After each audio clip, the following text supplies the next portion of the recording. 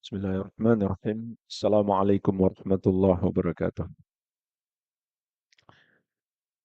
Alhamdulillahi wassalatu wassalamu ala Rasulillah wa ala alihi wa sahbihi wa man walah. Wa la hawla wa la quwwata illa billahi amma ba'd. Wa ikhwani wa akhwati fillah rahimani wa rahimakumullah.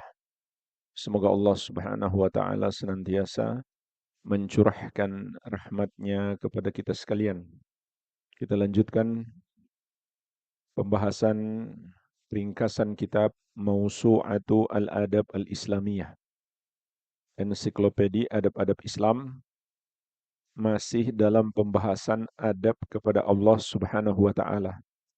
Memasuki Al-Adabus Sadis Asyar, adab yang ke-16. Kathratu dzikrillahi Subhanahu wa taala. Memperbanyak zikir kepada Allah Subhanahu wa taala. Ini termasuk adab kita kepada Allah. Kita perbanyak zikir kepadanya. Sebagaimana perintah Allah di dalam Al-Quran, di antaranya di surat Al-Ahzab ayat 41-42. Ya ayyuhalladzina amanu dzkurullaha dzikran katsira wasabbihuhu bukratan wa asila. Wahai orang-orang yang beriman, berzikirlah kepada Allah dengan zikir yang banyak dan bertasbihlah kepadanya setiap pagi dan petang. Jadi ini perintah Allah Subhanahu wa taala kepada kita untuk memperbanyak zikir. Bukan sekedar berzikir, tapi perbanyak zikir kepada Allah Subhanahu wa taala. Dan penulis hafizahullah taala mengingatkan, zikir kepada Allah bukan sekedar ucapan lisan, tapi harus disertai dengan kehadiran hati. Hati yang khusyuk, hati yang disertai cinta, harap dan takut kepada Allah Subhanahu wa taala. Begitu pula diamalkan dengan anggota tubuh. Makanya kita juga harus paham zikir yang kita ucapkan. Contoh, zikir la ilaha illallah. Kita paham maknanya. La ma'budah haqqun illallah. Tidak ada yang berhak disembah kecuali Allah. Dan kita baca dengan penuh kekhusyukan, dengan cinta, dengan harap dan takut kepada Allah Subhanahu wa taala. Dan kita yakini kebenarannya, bahwasannya tidak ada yang berhak disembah kecuali Allah. Dan kita amalkan dengan anggota tubuh kita, yaitu seluruh ibadah kita persembahkan hanya untuk Allah semata. Tidak sedikit pun kita berikan kepada selain Allah Subhanahu wa taala. Andai ada orang berzikir mengucapkan la ilaha illallah, tapi di hatinya dia membenarkan ibadah kepada selain Allah, maka nggak ada gunanya dia ucapkan la ilaha illallah. Meskipun dia ucapkan la ilaha illallah setiap hari 1000 kali. Tapi dia tidak menyalahkan orang yang menyembah kepada selain Allah. Berarti dia tidak beriman kepada la ilaha illallah. Karena kalimat la ilaha illallah terdiri dari dua bagian. Menyalahkan dan membenarkan. Di dalam la ilaha terkandung an-nafyu, penafikan. Apa maknanya penafikan? Iya, apa maknanya meniadakan? Itu terjemahannya meniadakan. Maknanya apa? Menyalahkan semua yang disembah selain Allah. Itu maknanya. Mengingkari. Menyalahkan semua yang disembah selain Allah. Itu makna la ilaha. Kemudian al-itsbat di dalam illallah, penetapan. Yaitu penetapan keimanan kita yang berhak disembah hanya Allah yang satu saja. Jadi kalau ada orang mengucapkan la ilaha illallah, tapi hatinya tidak menyalahkan orang yang menyembah kepada selain Allah, nggak ada gunanya. Termasuk jamaah sekalian, orang yang menyembah kepada selain Allah adalah orang yang merayakan Natal. Karena Natal itu bukan sekedar acara. Natal itu adalah ibadah yang mereka sebut misa untuk menyembah kepada Nabi Isa alaihissalam yang mereka sebut Yesus. Kalau ada orang Muslim mengatakan Selamat Natal karena dia menyetujui penyembahan mereka kepada Yesus, maka nggak ada gunanya dia ucapkan la ilaha illallah, bahkan dengan sebab itu dia telah murtad, keluar dari Islam. Kalau dia mengucapkan tersebut atas dasar dia tahu hakikatnya dan dia setuju dengan perbuatan mereka. Atau dia menyetujui ucapan mereka, keyakinan mereka Allah punya anak. Makanya dia ucapkan Selamat Natal. Maka dia bukan lagi Muslim berdasarkan kesepakatan ulama. Tidak ada perbedaan pendapat ulama. Jadi nggak ada gunanya dia ucapkan la ilaha illallah. Begitu pula dia ucapkan la ilaha illallah, tapi dia persembahkan ibadahnya kepada selain Allah. Dia berdoa kepada para wali yang sudah wafat. Dia menyembelih untuk dipersembahkan kepada makhluk, untuk sesajen, untuk setan-setan. Bahkan setan-setan itu dia yakini menguasai gunung tertentu atau lautan tertentu. Maka tidak ada gunanya dia mengucapkan la ilaha illallah. Jadi penulis rahimahullah mengingatkan kita, zikir yang hakiki itu bukan sekedar diucapkan dengan lisan, namun harus disertai dengan kehadiran hati dan amalan-amalan hati seperti kekhusyukan, begitu pula cinta, harap dan takut kepada Allah Subhanahu wa taala, dan diamalkan. Bagaimana cara mengamalkannya?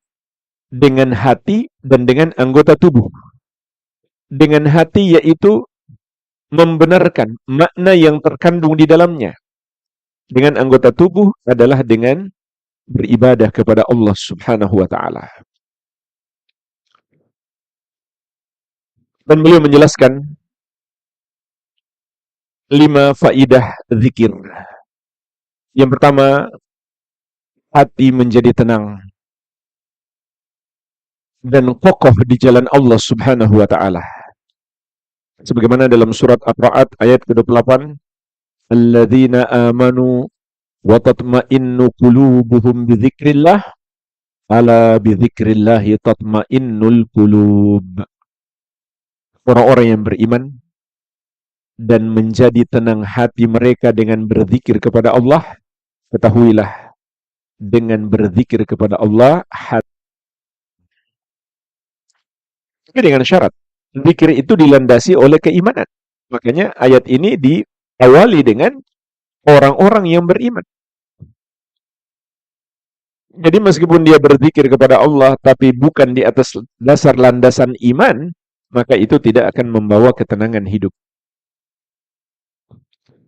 Dan sekali lagi, zikir yang Allah maksudkan di sini bukan sekedar ucapan hati, bukan sekedar ucapan lisan, harus disertai dengan amalan hati dan anggota tubuh.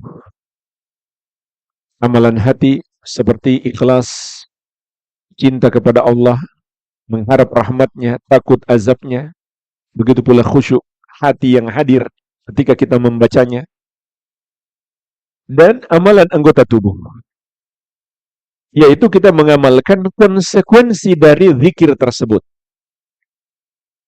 yaitu tidak lain konsekuensinya beribadah kepada Allah Subhanahu wa taala dengan ikhlas dan sesuai petunjuk Nabi Muhammad sallallahu alaihi wasallam. Inilah kunci ketenangan batin, ketentraman jiwa dan kekokohan hati di jalan Allah Subhanahu wa taala.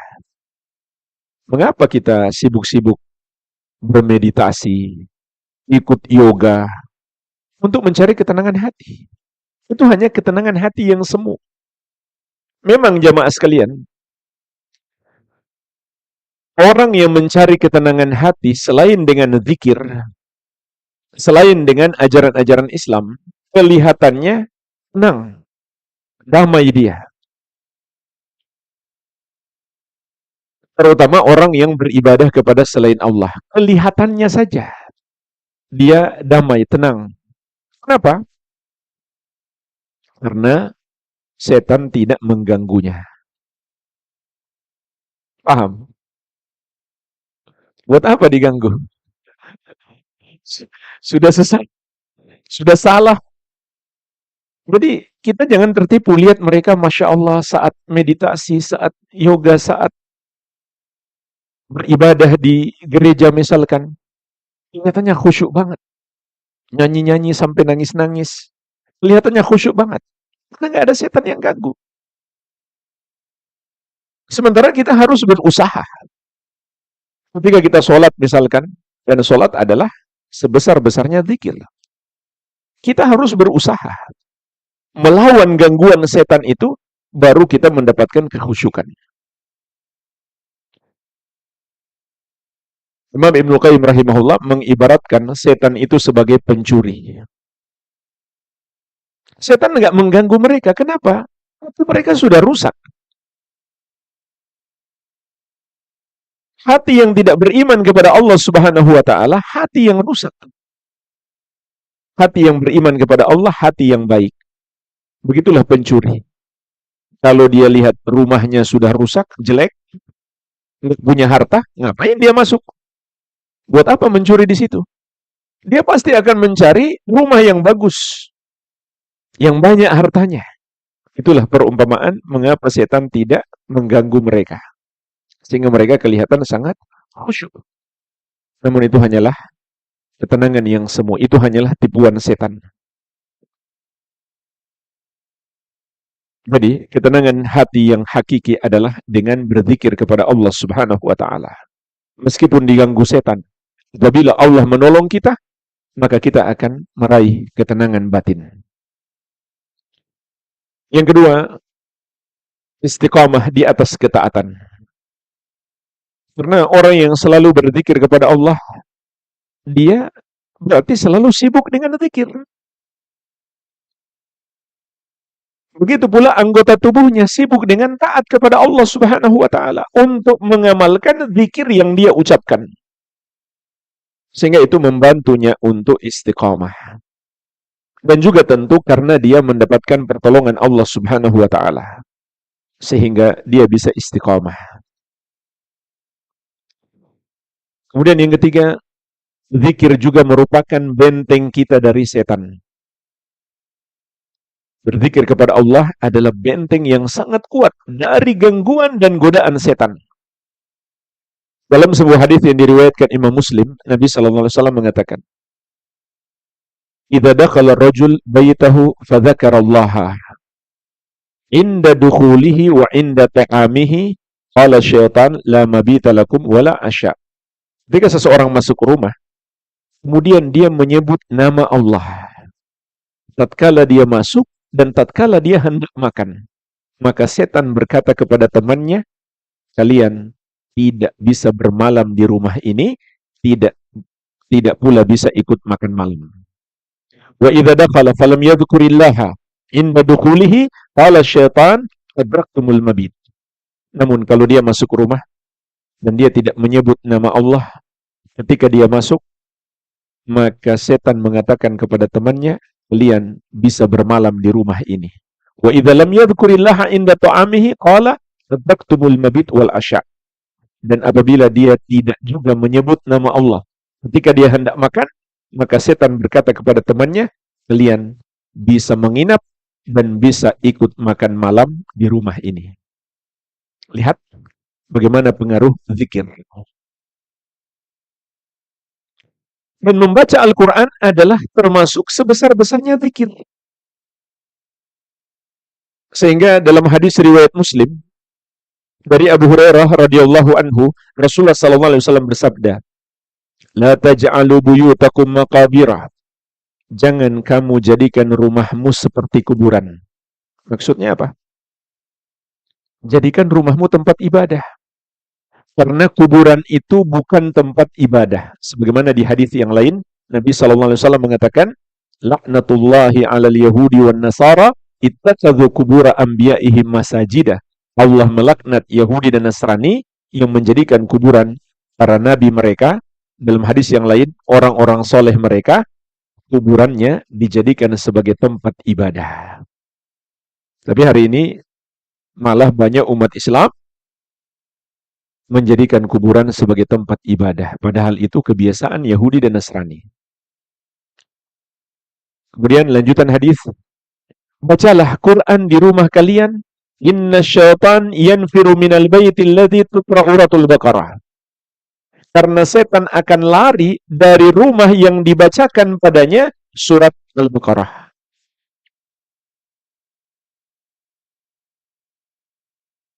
Dan maksud hadis ini jemaah sekalian, bukan kita hanya baca surat Al-Baqarah kemudian selesai, tidak. Maksud Nabi SAW, kita banyak baca Quran di rumah. Mulai dari Al-Fatihah, kemudian lanjut kepada Al-Baqarah, terus Ali Imran, An-Nisa, Al-Ma'idah, Al-An'am, terus sampai An-Nas. Setelah itu apa? Balik lagi dari awal. Para ulama mengatakan, makruh kalau sampai 40 hari belum khatam.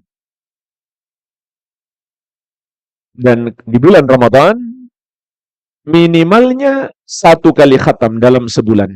Kalau bisa lebih, seharusnya lebih. Itu lebih bagus. Karena di bulan Ramadan kita lebih ditekankan untuk memperbanyak membaca Al-Quran. Kita harus persiapkan. Tidak lama lagi, insya Allah, masuk bulan Ramadan. Semoga kita semuanya Allah pertemukan dengan bulan Ramadan dan Allah berikan hidayah untuk memaksimalkan bulan Ramadan dengan memperbanyak amal soleh. Jadi, setan akan lari dari rumah yang dibacakan padanya surat Al-Baqarah. Dan membaca Al-Quran adalah sebesar-besarnya zikir. Begitu pula zikir pagi petang. Ini benteng kita setiap hari. Benteng kita setiap hari dari segala mara bahaya. Baca zikir pagi petang. Begitu pula zikir sebelum tidur. Ini benteng kita saat tidur. Maka dengan zikir Allah melindungi kita dari gangguan dan godaan setan. Yang keempat, memperbanyak zikir berarti memperbanyak kebaikan, memperbanyak pahala kita. Padahal caranya sangat mudah. Tidak menguras tenaga kita. Mudah sekali. Mengucapkan subhanallah, alhamdulillah, la ilaha illallah, Allahu akbar, la hawla wa la quwwata illa billah, subhanallahi wa bihamdi, subhanallahil azim. Kata Nabi SAW, kalimatani khafifatani 'alal lisan, Thaqi habibatani ila rahman, thaqilatani fil mizan. 2 kalimat yang ringan di lisan, namun sangat dicintai oleh Allah Ar-Rahman yang Maha Penyayang, dan sangat berat dalam timbangan, yaitu timbangan kebaikan kita kelak di hari kiamat, yaitu subhanallahi wa bihamdi, subhanallahil azim. Pertanyaannya jemaah sekalian, subhanallah, maha suci Allah. Maha suci dari apa? Kita harus paham zikir yang kita ucapkan. Allah maha suci. Maha suci dari apa?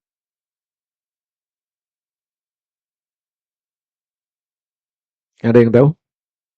Yang bisa jawab, nggak ada hadiah nih. Subhanallah, maha suci Allah. Maha suci dari apa?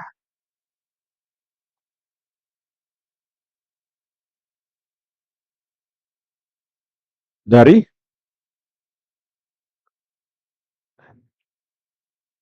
bisa masuk.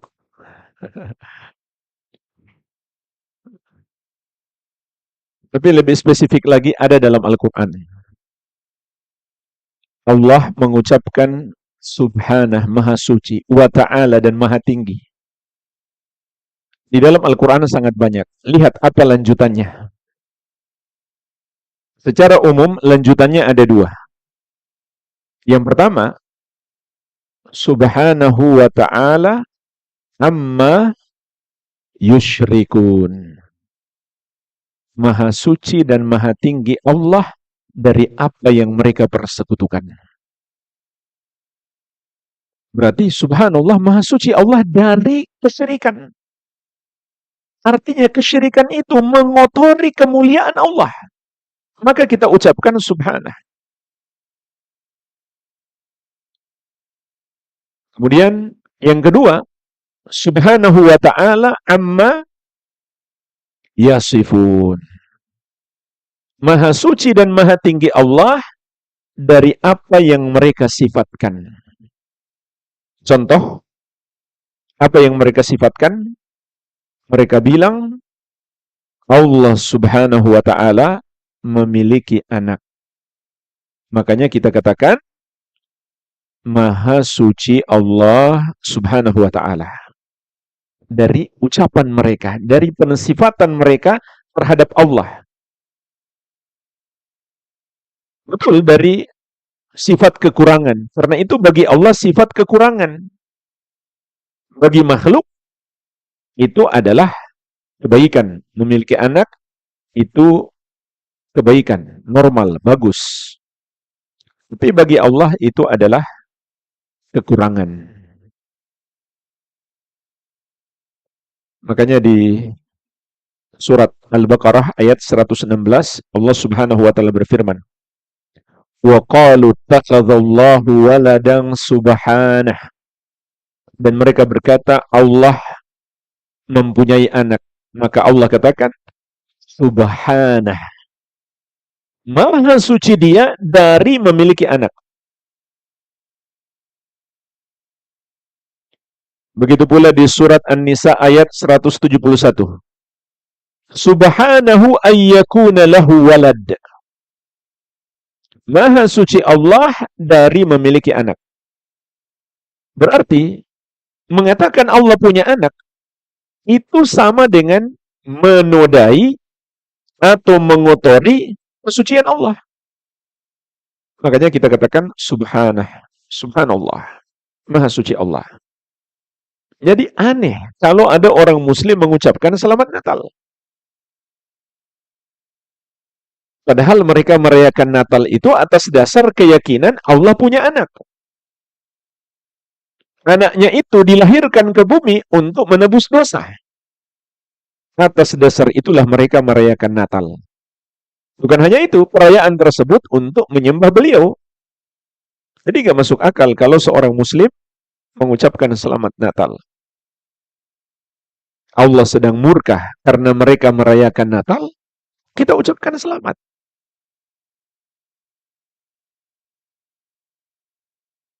Jadi, hendaklah kita paham apa yang kita ucapkan. Kalimat-kalimat singkat, kalau kita ucapkan dengan benar, maka pahalanya sungguh sangat luar biasa. Kemudian yang kelima kata Syekh, dengan zikir kepada Allah, kita akan mendapatkan anugerah ma'iyatullah.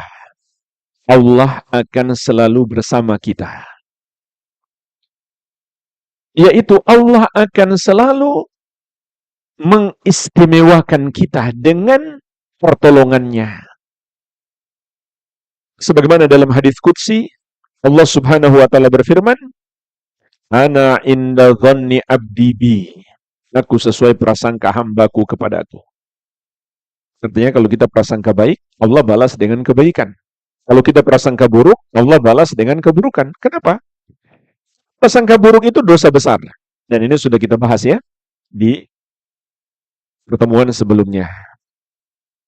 Ada beberapa bentuk prasangka buruk kepada Allah subhanahu wa ta'ala yang harus kita jauhi. Kemudian lanjutan hadis, wa ana ma'ahu idza dzakarani.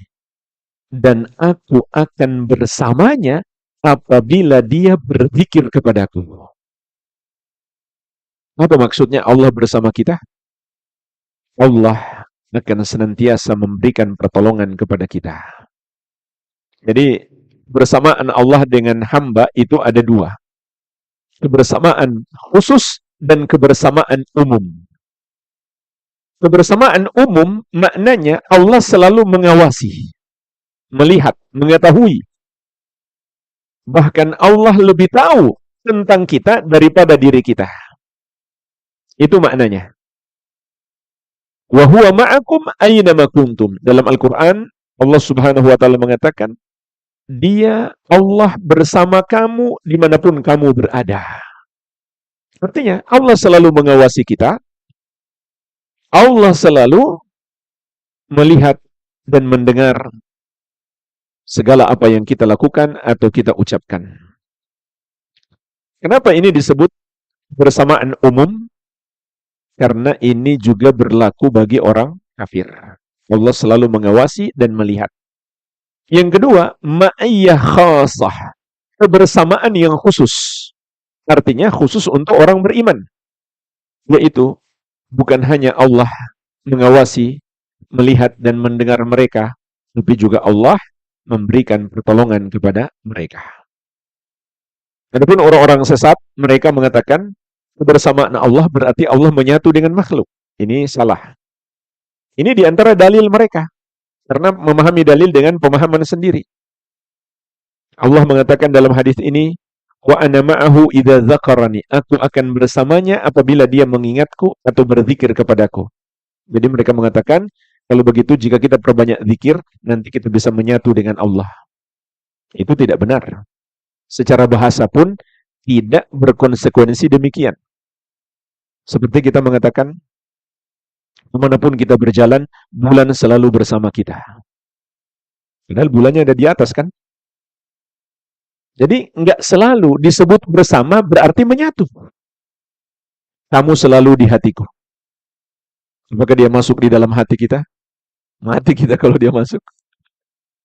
Jadi tidak selalu makna bersama itu menyatu. Maka Allah bersama dengan hamba-hambanya bukan berarti menyatu dengan hamba-hambanya. Ini juga sebetulnya penghinaan kepada Allah. Bagaimana mungkin Allah yang maha suci, maha tinggi, lagi maha besar, kemudian menyatu dengan makhluk yang kecil, yang rendah, yang penuh dengan kotoran, bahkan dosa-dosa. Maka itu penghinaan kepada Allah. Tapi ini adalah akidah kelompok yang disebut gulat sufiyah, sufi ekstrim. Yang banyak orang sufi pun mengkafirkan mereka. Karena mereka meyakini Allah menyatu dengan makhluk. Jadi kebersamaan Allah di sini bukan artinya menyatu.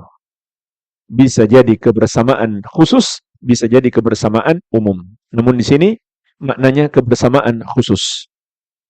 Wa in dzakarani fi nafsihi, lanjutan hadis. Apabila dia mengingat aku dalam dirinya, dzakartuhu fi nafsi, aku pun mengingatku dalam diriku. Wa in dzakarani fi mala'in, dzakartuhu fi mala'in khairin minhum. Kalau dia menyebut aku di sekelompok orang, aku pun menyebutnya di sekelompok makhluk yang lebih baik dari mereka, yaitu di hadapan para malaikat. Jadi ini kemuliaan yang Allah akan berikan kepada orang yang senantiasa berzikir kepada Allah Subhanahu wa Ta'ala. Inilah 5 keutamaan orang yang selalu berzikir.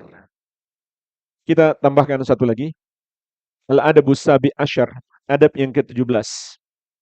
Kathratus salati 'alan nabiyyi sallallahu alaihi wasallam. Memperbanyak salawat kepada Nabi Muhammad sallallahu alaihi wasallam. Beliau penulis hafizahullah menyebutkan ini termasuk adab kita kepada Allah Subhanahu wa Ta'ala. Kenapa? Paling tidak karena 2 alasan. Alasan yang pertama, Allah sendiri bersalawat kepada Nabi Muhammad sallallahu alaihi wasallam. Berarti termasuk adab kita kepada Allah, kita juga bersalawat kepada Nabi Muhammad sallallahu alaihi wasallam. Yang kedua, Allah mencintai Nabi Muhammad sallallahu alaihi wasallam.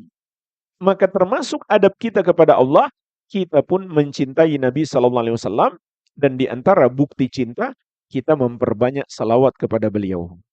Bisa kita tambahkan yang ketiga, karena Allah juga menyuruh kita bersalawat kepada beliau.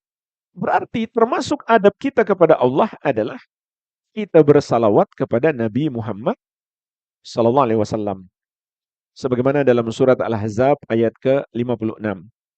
Innallaha wa malaikatahu yusalluna 'alan nabi ya ayyuhalladzina amanu sallu 'alaihi wa sallimu taslima. Allahumma shalli ala Muhammad. Sesungguhnya Allah dan malaikatnya bersalawat kepada Nabi. Wahai orang-orang yang beriman, bersalawatlah kalian atasnya dan ucapkan salam atasnya.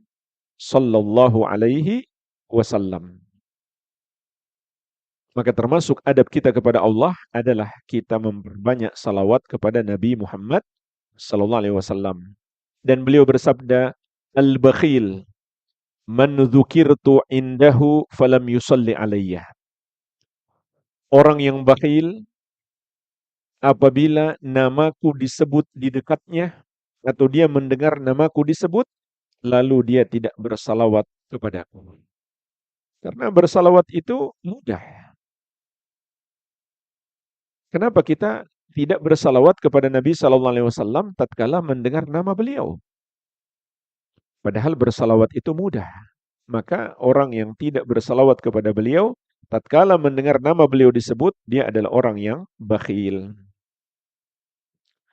Bersamaan dengan itu jamaah sekalian, faedah salawat sesungguhnya kembali kepada kita juga. Nabi sallallahu alaihi wasallam bersabda, "Man shalla alayya wahidatan, sallallahu alaihi asyran." Barang siapa bersalawat kepadaku satu kali, maka Allah akan bersalawat untuknya 10 kali. Luar biasa. Kita bersalawat satu kali dibalas 10 kali lipat oleh Allah Subhanahu wa taala. Menunjukkan pahala bersalawat kepada Nabi sallallahu alaihi wasallam sangat besar. Kalau begitu, perbanyaklah salawat. Terutama di hari dan malam Jumat. Itu lebih dianjurkan untuk memperbanyak salawat kepada Nabi Muhammad sallallahu alaihi wasallam. Dan para penuntut ilmu, terutama orang-orang yang mempelajari hadis Nabi sallallahu alaihi wasallam adalah orang-orang yang paling banyak bersalawat. Karena ketika mereka baca hadis atau mendengarkan suatu hadis, mendengar nama Nabi Muhammad sallallahu alaihi wasallam disebut, mereka bersalawat. Ini juga termasuk kemuliaan para ulama dan para penuntut ilmu yang membaca, mendengar hadis-hadis Nabi sallallahu alaihi wasallam sehingga mereka pun menjadi orang yang paling banyak bersalawat. Ini luar biasa keutamaan menuntut ilmu. Kita sudah sering mendengarkan banyak sekali keutamaan menuntut ilmu. Mungkin luput dari kita, penuntut ilmu itu juga orang yang paling banyak bersalawat. Karena di majelis ilmu yang dia dengar hadis-hadis Nabi sallallahu alaihi wasallam. Rasulullah sallallahu alaihi wasallam bersabda, Nabi sallallahu alaihi wasallam bersabda, Nabi sallallahu alaihi wasallam melakukan ini dan itu. Maka setiap dia dengar nama Nabi Muhammad sallallahu alaihi wasallam disebut, dia pun bersalawat. Sehingga dia menjadi orang yang paling banyak bersalawat kepada Nabi sallallahu alaihi wasallam. Belum lagi kalau dia ajarkan hadis-hadis yang telah dia dengarkan. Dan keutamaan mempelajari hadis-hadis Nabi sallallahu alaihi wasallam ini juga sangat spesial. Beliau pernah bersabda, "Man sami'a maqalati fawa'aha wa hafidhaha wa ballaghaha kama sami'aha, naddarallahu imra'an sami'a maqalati fawa'aha wa hafidhaha wa ballaghaha kama sami'aha." Semoga Allah menjadikan bergembira, bercahaya, dan berseri-seri wajahnya orang yang mendengarkan ucapanku, lalu dia pahami dengan baik, kemudian dia hafalkan, kemudian dia sampaikan kepada orang lain. Termasuk juga dalam menulis. Makanya para ulama juga mengingatkan, ketika menulis salawat, jangan disingkat dengan saw. nanti jadi gergaji. Ya kan? Tahu artinya apa? Gaji kan? Hendaklah jangan diringkas. Tulis dengan lengkap. Bahkan dahulu para ulama ketika belajar hadis, supaya mereka tidak ketinggalan hadisnya dan tetap menulis salawat secara lengkap, biasanya mereka tulis nama Nabi Sallallahu Alaihi Wasallam, kemudian mereka bersalawat dengan lisan, kemudian mereka kosongkan setelahnya. Mereka tulis dulu hadisnya. Setelah selesai majelis, baru mereka kembali menulis salawat setelah nama Nabi Muhammad Sallallahu Alaihi Wasallam. Ini juga sama dengan kita bersalawat dengan lisan kepada Nabi Muhammad Sallallahu Alaihi Wasallam. Jadi kita tulis di WhatsApp sebuah hadis Rasulullah Sallallahu Alaihi Wasallam bersabda, kemudian kita share, kita juga mendapatkan pahala salawat.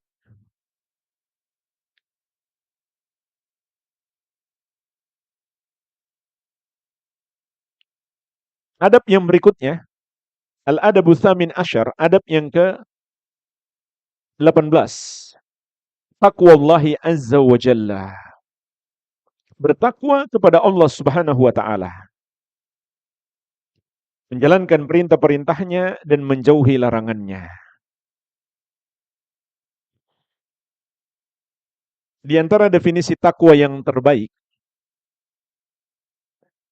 dikatakan oleh Talq bin Habib rahimahullahu taala.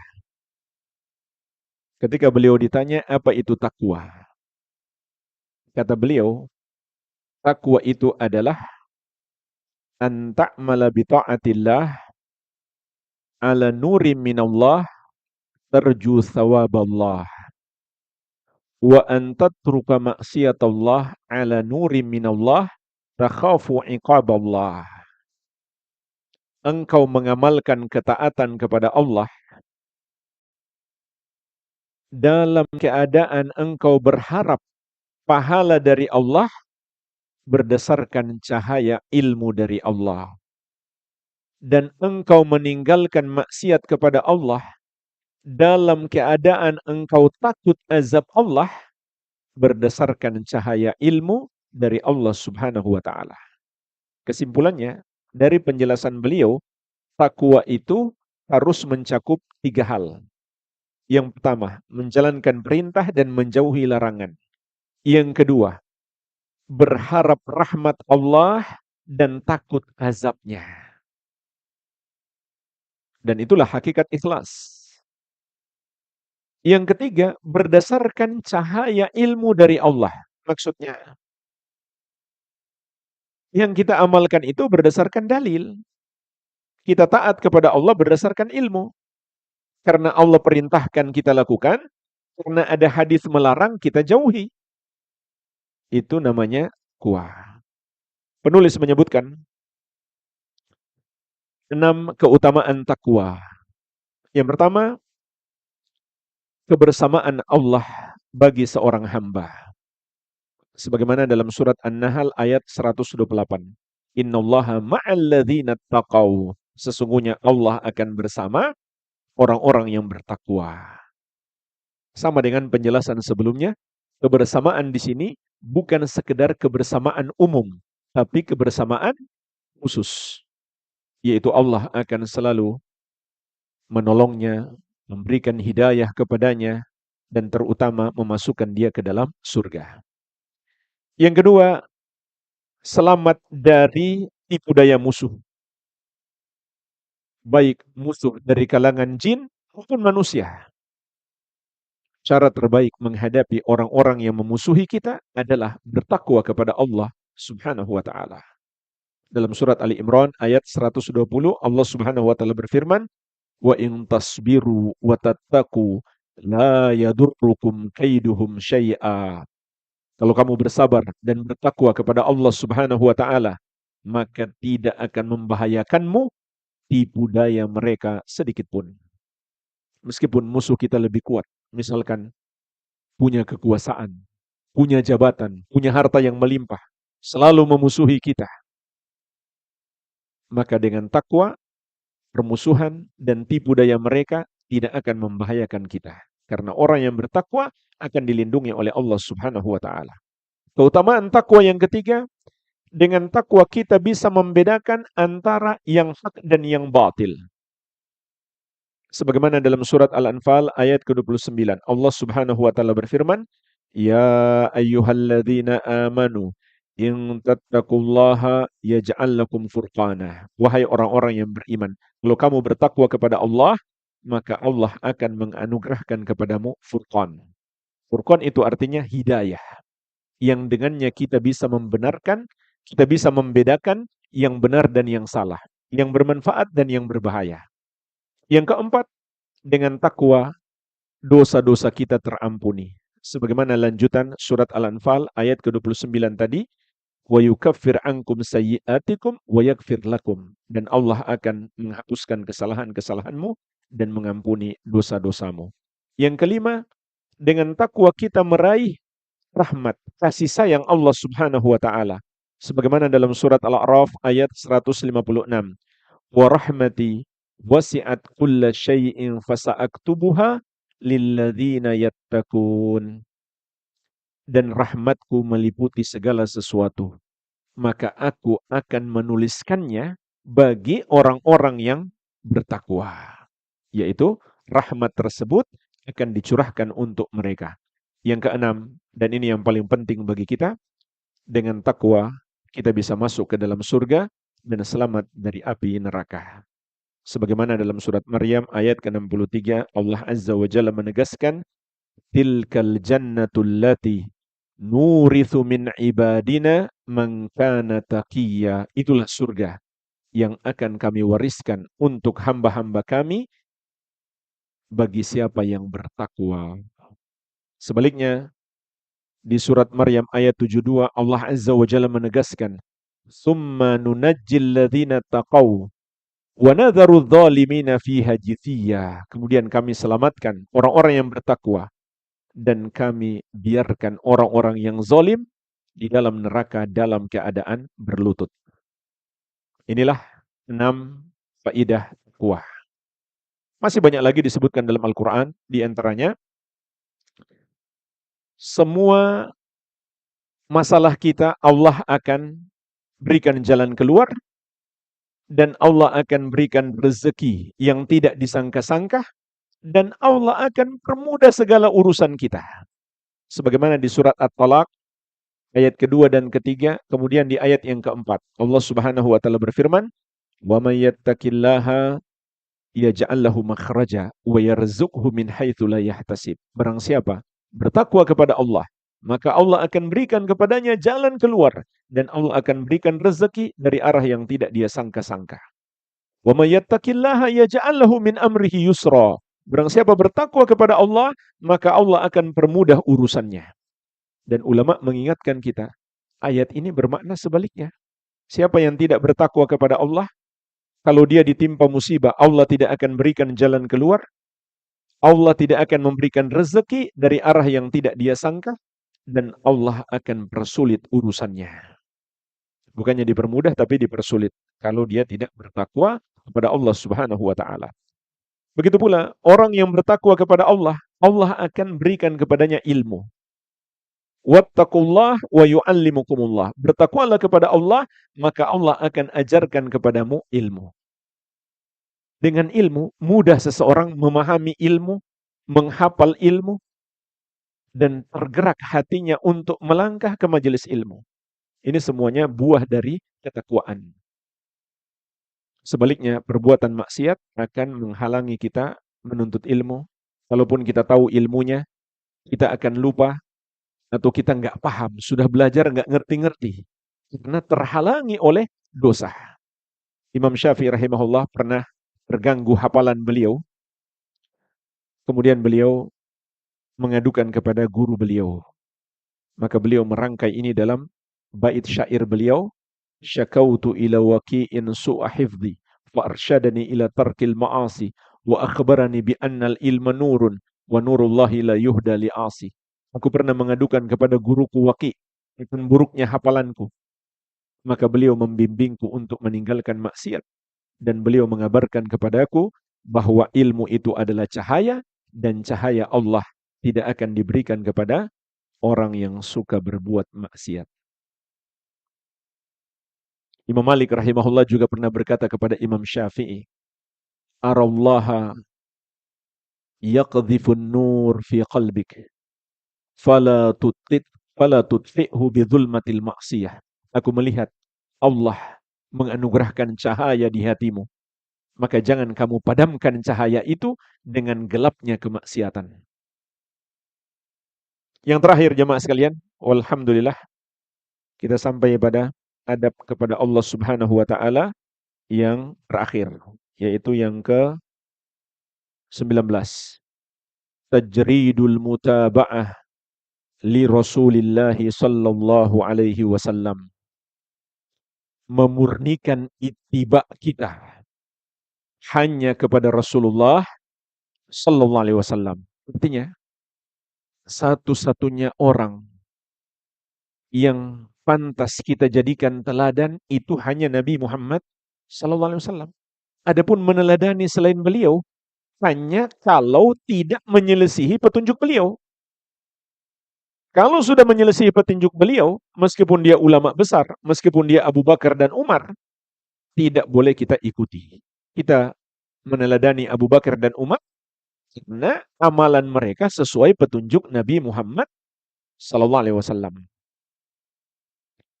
Maka ini termasuk adab kita kepada Allah Subhanahu wa taala juga. Kenapa? Allah yang menyuruh kita menjadikan beliau sebagai uswatun hasanah. Sebagaimana dalam surat Al-Ahzab ayat ke-21. Laqad kana lakum fi Rasulillahi uswatun hasanatun liman kana yarjullaha wal yawmal akhir wa dzakarallaha katsira. Sungguh telah ada bagimu teladan yang baik pada diri Rasulullah bagi siapa yang mengharapkan perjumpaan dengan Allah dan hari akhir, yaitu keselamatan di hari akhir, dan mengingat Allah sebanyak-banyaknya. Juga Allah perintahkan kepada kita untuk beriman kepada beliau, dan Allah tetapkan mengikuti beliau sebagai jalan hidayah. Dalam surat Al-A'raf ayat 158. Fa'aminu billahi wa rasulihin nabiyyil ummiyil ladzi yu'minu billahi wa kalimatihi wattabi'uhu la'allakum tahtadun. Maka berimanlah kepada Allah dan Rasulnya, Nabi yang ummi, Nabi yang beriman kepada Allah dan kalimat-kalimatnya, dan ikutilah dia agar kamu mendapatkan hidayah. Sama seperti surat An-Nur ayat ke-54. Wa in tuti'uhu tahtadu. Kalau kalian menaati Rasul, maka kalian akan mendapatkan hidayah. Dan juga, kenapa mengikuti Nabi SAW adalah termasuk adab kepada Allah Subhanahu wa taala? Nah, itu bukti cinta kita kepada Allah Subhanahu wa taala. Sebagaimana dalam surat Ali Imran ayat ke-31. Qul in kuntum tuhibbunallaha fattabi'uni. Katakan wahai Muhammad, sampaikan kepada umatmu, kalau kamu benar-benar cinta kepada Allah, maka ikutilah aku. Ikutilah Nabi Muhammad sallallahu alaihi wasallam. Yuhibbukumullah, barulah Allah akan mencintaimu, wa yaghfir lakum dzunubakum, dan mengampuni dosa-dosamu. Wallahu ghafurur rahim, dan Allah Maha Pengampun lagi Maha Penyayang. Jadi, jalan meraih hidayah, rahmat, ampunan, dan cinta Allah Subhanahu wa taala adalah dengan meneladani Nabi Muhammad sallallahu alaihi wasallam. Oleh karena itu jemaah sekalian, setiap muslim harus memiliki prinsip. Semua yang bertentangan dengan ajaran Nabi Muhammad SAW, maka itu pasti salah. Apakah itu ajaran orang tua kita, adat istiadat bangsa kita, kebiasaan masyarakat kita, meskipun sudah diwariskan turun-temurun, atau amalan mayoritas orang, begitu pula pendapat ulama, semuanya salah kalau bertentangan dengan hadis Nabi Muhammad SAW atau ajaran Islam. Ini harus menjadi prinsip hidup kita. Sehingga Imam Syafi'i rahimahullah pernah berpesan, idza wajadtum fi kitabi khilafa sunnati Rasulillah sallallahu alaihi wasallam faqulu bi sunnatihi wada'u ma qultu. Kalau kalian temukan dalam buku yang aku tulis bertentangan dengan petunjuk Nabi sallallahu alaihi wasallam, maka ikuti petunjuk beliau dan tinggalkan ucapanku. Dalam riwayat yang lain beliau mengatakan, fattabi'uhu wa la taltafitu ila ahadin. Maka ikutilah sunnah itu dan jangan kamu menoleh pada seorang pun. Artinya, siapapun pendapatnya tidak bernilai kalau bertentangan dengan tunjuk Nabi sallallahu alaihi wasallam. Sampai Asy-Syafi'i rahimahullah juga mengatakan, idza khalafa qawli qaula Rasulillah sallallahu alaihi wasallam fadribu biqauli urdal haid. Apabila ucapanku menyelisihi ucapan Rasulullah sallallahu alaihi wasallam, maka lemparkan ucapanku ke balik tembok. Itu menjadi sampah. Kalau sudah bertentangan dengan ajaran Nabi Muhammad sallallahu alaihi wasallam. Sama saja mereka sebut itu ajaran, nasihat, hikmah, hukum, undang-undang, adat, kebiasaan, budaya, kearifan lokal. Mereka mau namakan apa? Kalau bertentangan dengan ajaran Nabi Muhammad SAW, itu disebut batil. Juga disebut jahiliyah.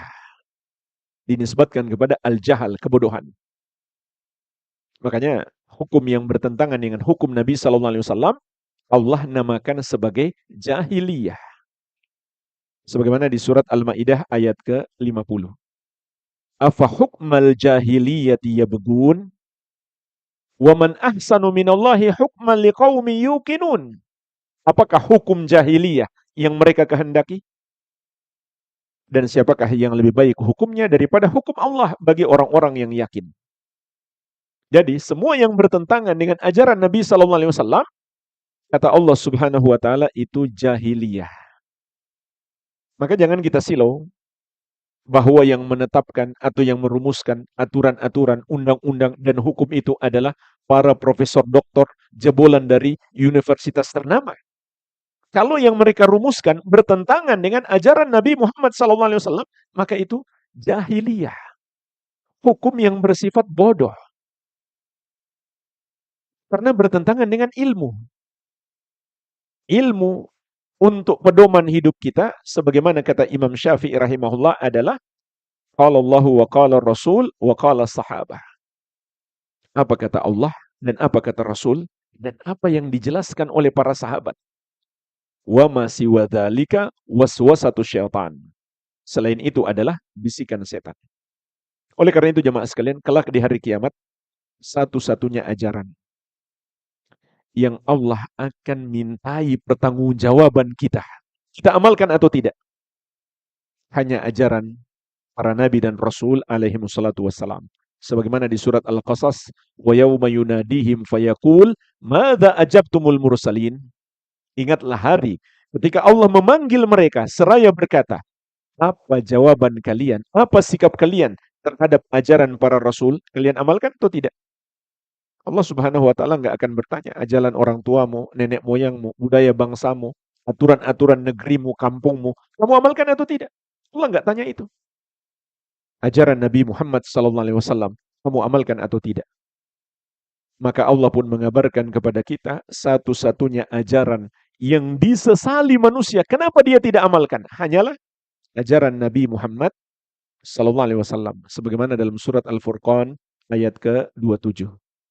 Wa yawma ya'addu dzalimu ala yadayhi yaqulu ya laitani takhadtu ma'ar rasuli sabila. Ingatlah hari ketika orang yang zalim itu menggigit kedua tangannya, yaitu hari kiamat, saking menyesalnya. Bukan hanya gigit jari, dua tangannya dia gigit, seraya berkata, aduhai, andai dulu aku mengikuti jalan Rasul. Tapi sayangnya ketika di dunia, jalan Rasul, dia bilang intoleran, ekstrim, radikal, teroris, wahabi, macam-macam julukan buruk mereka bilang terhadap jalan Rasulullah SAW dan para sahabat. maka kelak di hari kiamat mereka akan menyesal. Walhamdulillah, dengan ini selesai pembahasan ringkasan tentang adab-adab kepada Allah Subhanahu wa taala. Insyaallah di pertemuan yang akan datang pas tahun baru ya,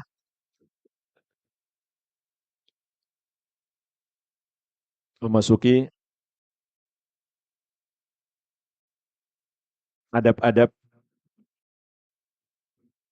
Beliau menyusun sesuai abjadnya. Dimulai dari huruf alif.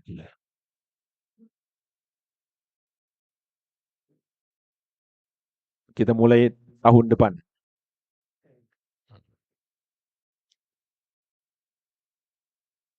Semoga Allah mudahkan.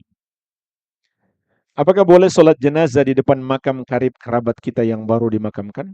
Boleh. Satu-satunya sholat yang dibolehkan di kuburan adalah sholat jenazah yang kita nggak sempat sholatkan sebelum dikuburkan.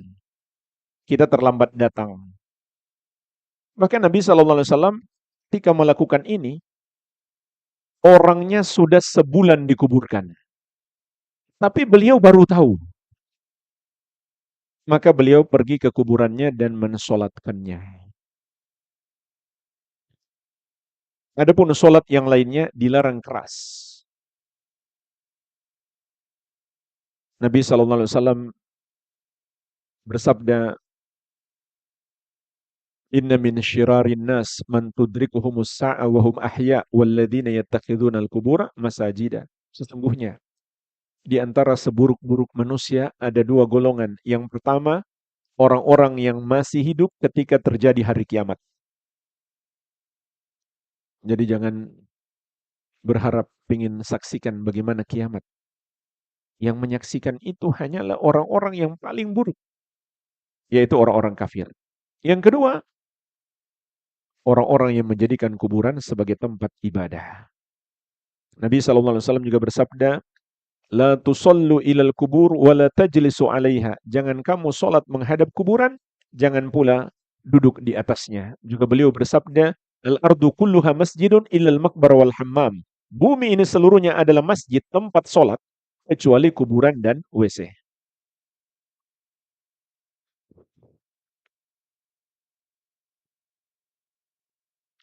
Apakah ada perceraian dengan cara gaib? Sahkah cerai seperti itu? Kronologi sebagai berikut.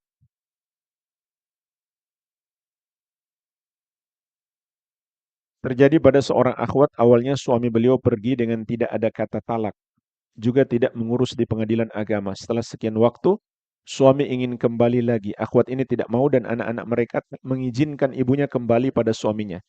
Lalu akhwat menempuh cerai gaib dengan cara mendatangi orang yang bisa melakukan cerai gaib dengan mahar 5 juta. Jawabannya ini tidak benar. Yang bisa menceraikan itu hanya dua. Pertama, suaminya. Yang kedua, pengadilan agama atau pemerintah. Di negeri kita adalah pengadilan agama. Jadi solusinya, kalau suami tidak jelas kemana, maka dia ajukan ke pengadilan agama, ajukan ke pemerintah. Bukan dengan cara seperti ini, sudah rugi 5 juta, lalu menyelisihi aturan agama lagi, dapat dosa. Kesimpulannya mereka belum cerai. Selama suaminya belum menceraikan, begitu pula pengadilan agama tidak memutuskan cerai, maka mereka masih suami istri. Tidak ada hak bagi wanita, bagi istrinya, apalagi anak-anaknya untuk menolaknya. Dan perlu dinasihati istrinya tersebut bahwa itu tidak benar, mereka masih suami istri. Apalagi anak-anaknya yang seharusnya berbakti kepada ayah, tidak boleh mereka bersikap kurang ajar kepada ayah mereka. Bahkan andai sudah bercerai pun antara ibu dan ayah, tetap saja anak harus berbakti kepada ayah maupun ibu. Hubungan orang tua dan anak itu nggak mungkin putus. Hubungan suami istri bisa saja putus, tapi antara orang tua dan anak tidak mungkin, tidak boleh merusak. dengan orang tua. Dosanya sangat besar sekali. Ini ingatkan anak-anaknya. Harusnya mereka membantu agar ayah dan ibunya kembali menyatu. Mungkin suaminya berbuat salah, tapi kalau dia bersungguh-sungguh minta maaf, bertobat kepada Allah Subhanahu wa taala karena sudah meninggalkan istrinya tanpa kabar, maka as-sulhu khair. Sebagaimana Allah Subhanahu wa taala berfirman, was-sulhu khair.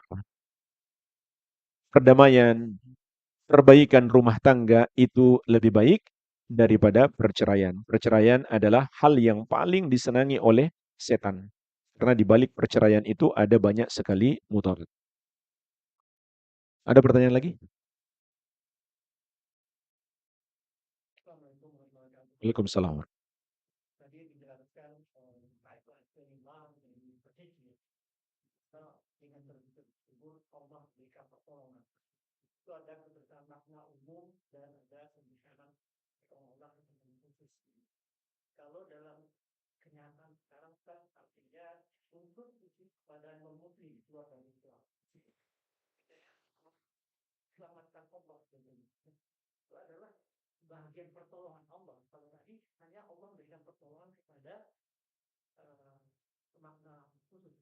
Baik.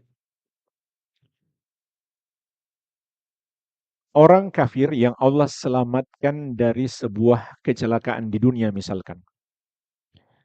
Itu masih dalam bentuk kebersamaan umum. Kebersamaan khusus artinya Allah berikan pertolongan dengan memberikan hidayah kepadanya. Menolongnya untuk beribadah. Menjalankan perintah-perintah Allah dan menjauhi larangannya. Dan memasukkan dia ke dalam surga. Itu maknanya. Tapi kalau cuma selamat dari kemiskinan, dari sakit, dari kecelakaan, itu masih bersifat umum. Allah berikan bukan hanya kepada orang beriman, tapi juga kepada orang kafir. Dan bahkan bagi orang kafir itu bukan nikmat. Tapi itu namanya apa? Istidraj. Demikian, wallahu alam. Masih ada pertanyaan?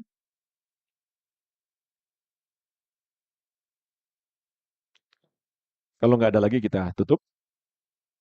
Semoga bermanfaat. Lebih dan kurangnya saya mohon maaf. Wabillahi taufik. Subhanakallahumma wa bihamdik. Asyhadu an la ilaha illa anta astaghfiruka wa atubu ilaik.